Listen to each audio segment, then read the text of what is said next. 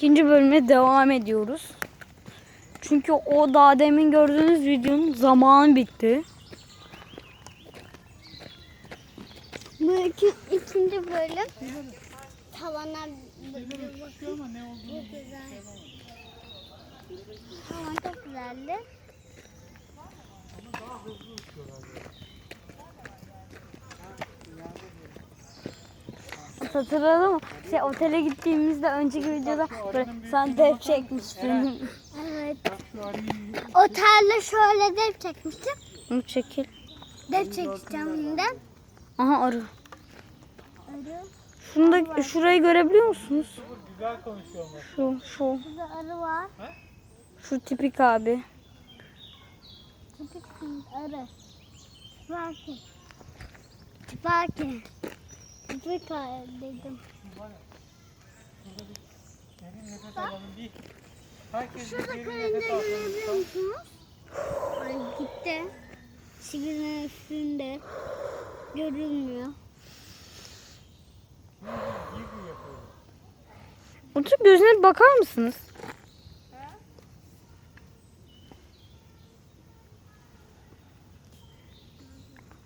Parlıyor. Hadi gelin devam edelim.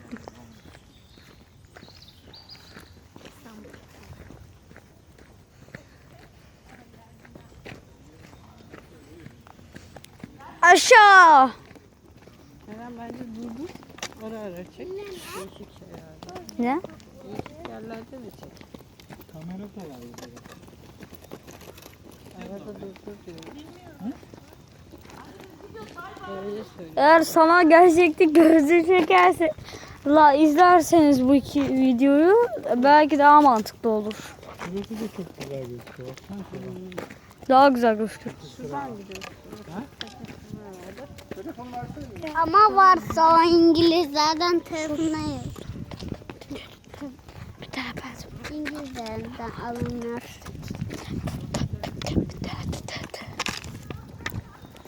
Anne bence şu tarafa inelim. Yolu bitirme oğlum. Gerek yok. Bak şu sardığı ağacı gördün mü? Çekebilirsen de belki bu akşam arkadaşımla Fortnite videosu çekeceğim. Bakalım nasıl kazanacağız.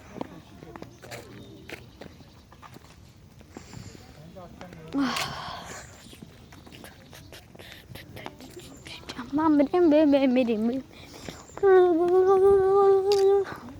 Kaçan pudim dam dam dum dum dum. Diye şey olur.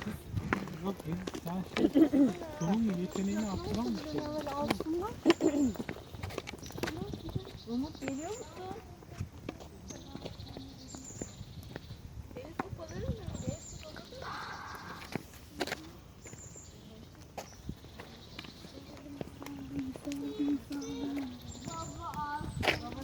Bu videoyu beğendiyseniz bir like atın. Görüşürüz.